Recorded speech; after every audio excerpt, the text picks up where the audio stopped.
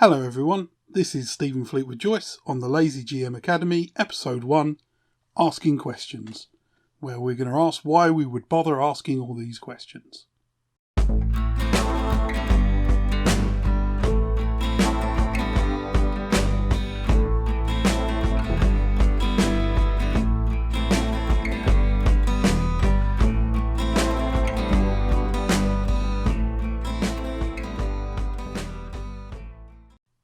Hello everyone, my name's Stephen Fleetwood Joyce. This is the Lazy GM Academy. It's a series of YouTube videos where I will be explaining ideas, tips, tricks, everything I can to make your life as a GM easier. Specifically what we're working on is GMing when you haven't had loads of time to prep, when you haven't got loads and loads of preparation work done before, when you are having to improvise, or when you sat down with no new ideas before and still making a fun game for everyone to enjoy. That being said, what we're starting with in episode 1 is something very dear to my heart, which is asking the players questions. We're starting with asking questions because if you haven't done loads of prep work, if you're making it up at the table, you are fundamentally outnumbered. There is one of you and anywhere between 2 and 7 of them, generally around 3 or 4, but different tables have different numbers. And these people are all intelligent people, willing to play a game, engaged in your world hopefully, which means they are all capable of doing some of your work for you. There will be a whole next episode on getting the players to do work, but the first tip and the most concrete thing I can give you to start doing tomorrow to improve your GMing, to make your life easier, to make it so you do less work for a better output, is to ask loads of questions. Now, asking questions is important, but it's important you do it in the right way. When I say why you want to ask questions, it's because of 3 reasons. The first, immediately, by asking a question, you're taking some of the weight off of your shoulders, putting it onto the player's shoulders.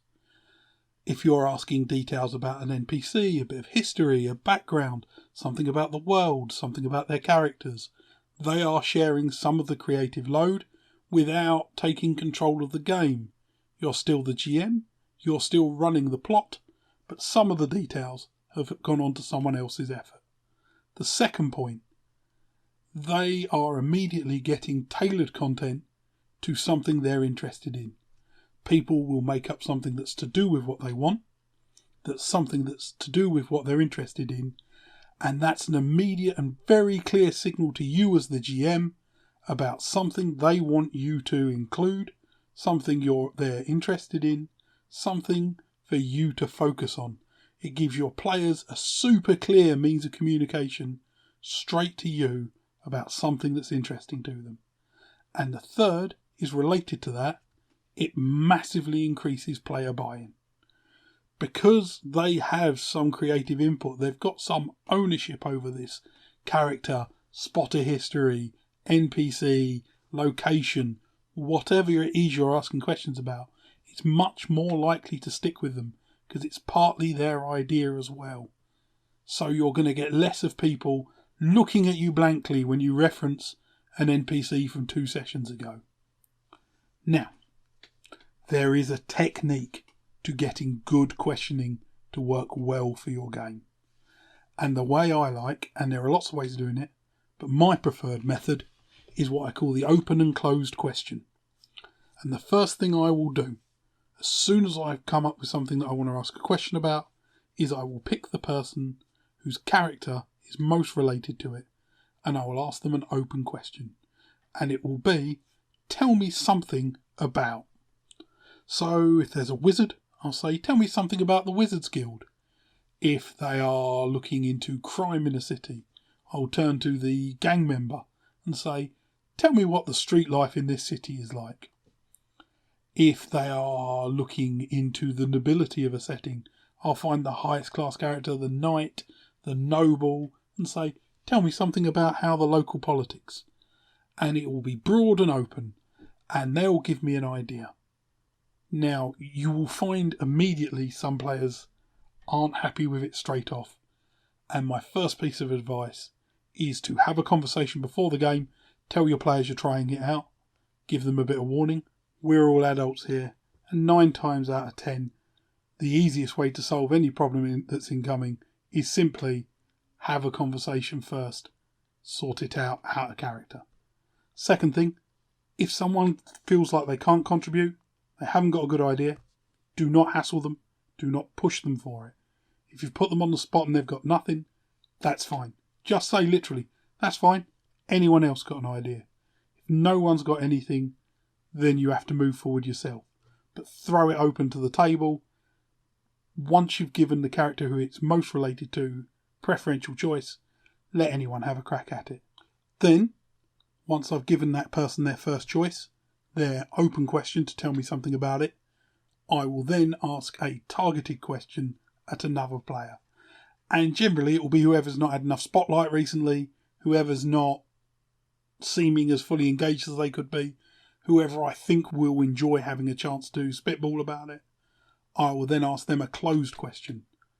I will ask them for a fact about something. Or, is this true, yes or no? I'll ask them a small, quick point. Often if I find someone's unable or unwilling or unhappy doing the big open questions, start with small closed questions first. How many gangs are there in this city? They don't have to detail them, but they can tell you and you can work from that. Is the nobility in support of the king? Yes or no? Are there laws limiting the use of cyberware for civilians? Yes or no?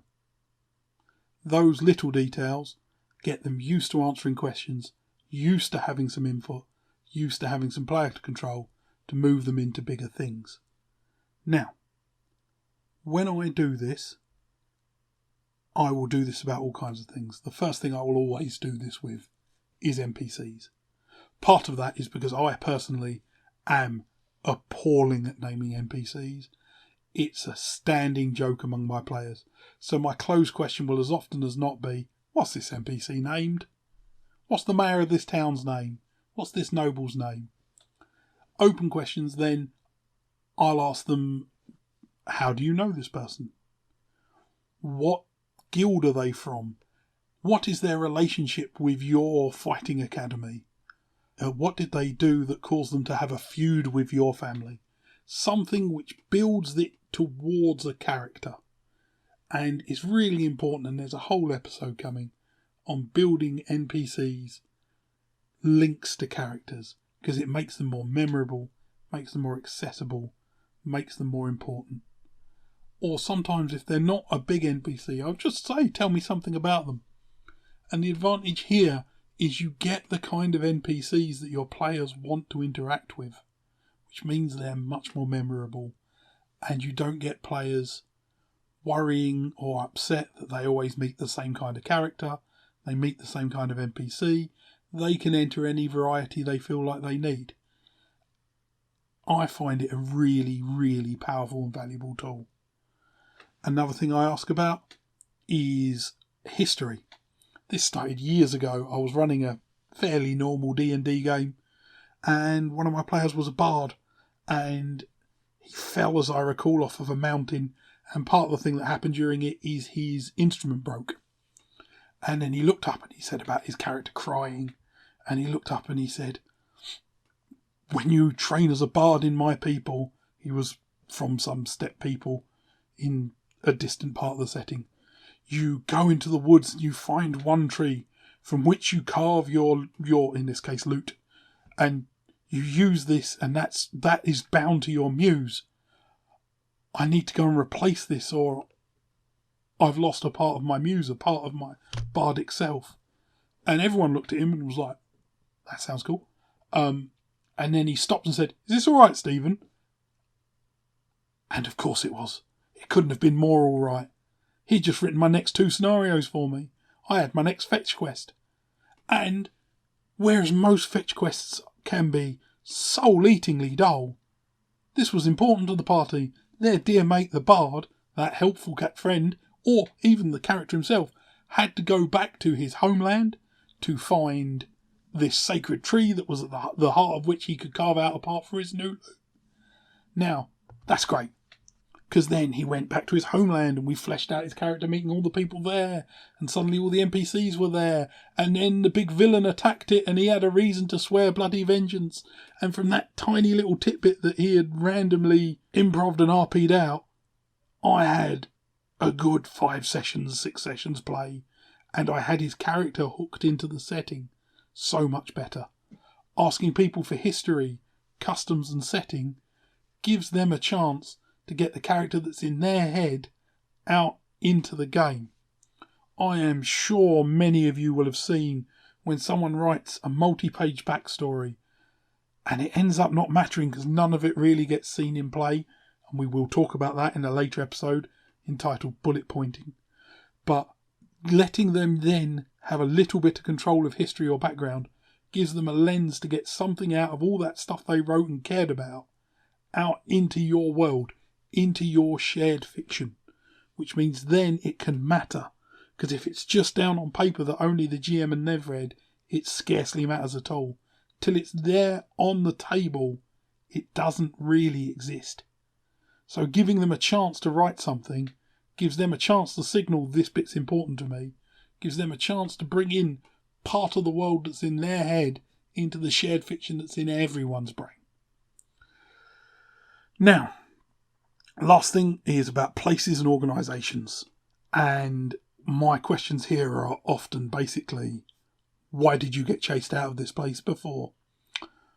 How is this swordsman guild feuding with the one that you trained in?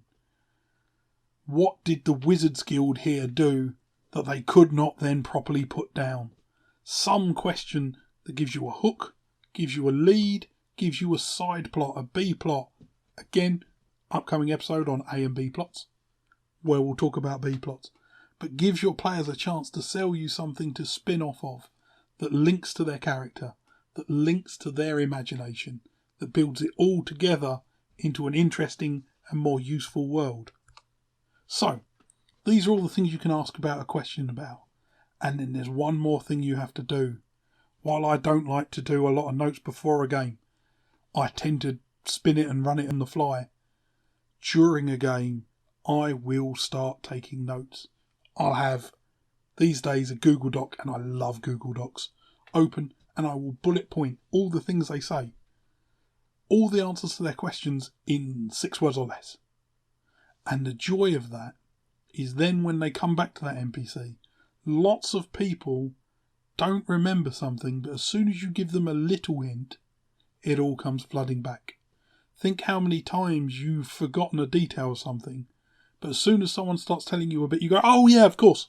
Yeah, I know what you're talking about. That can happen with your NPCs, with your history, with your places. Write down 6 or 7 words. It won't slow your game down. Don't write down the whole essay. Don't have time for that. It's a matter of pacing, which is another important topic. But write down 6 or 7 words that you can then feed back to everyone when they face that problem, that person, that place, that organisation, that bit of history again. You say, this is the people who killed the master of your swords guild a generation ago, and since then your honour has not been restored. And they're like, oh yeah, I hate those guys. Or, this is the merchant whose child was married to your nephew. And you're like, oh yeah, I remember him now. And all the other, that gives a link to everything else that's coming forward. And these little notes, these little bullet points of how you've linked them to your characters will build them into your players' memories, and you'll have less time of you saying something and your players staring at you blank-eyed, wondering what on earth you are going on about. Right, that's brought us to nearly a quarter of an hour on asking questions. This has been the first episode of the series of The Lazy GM. My name's Stephen Fleetwood Joyce. If you have enjoyed this, please press the like and subscribe. It really helps the channel out, helps me growing as a new channel, because I am, at the time of recording, just beginning. This is episode 1. If you're coming later, you'll see all of our episodes are in a playlist. Follow these through for more and more ideas. I've been Stephen Fleetwood Joyce. This is the Lazy GM Academy. Have a great day.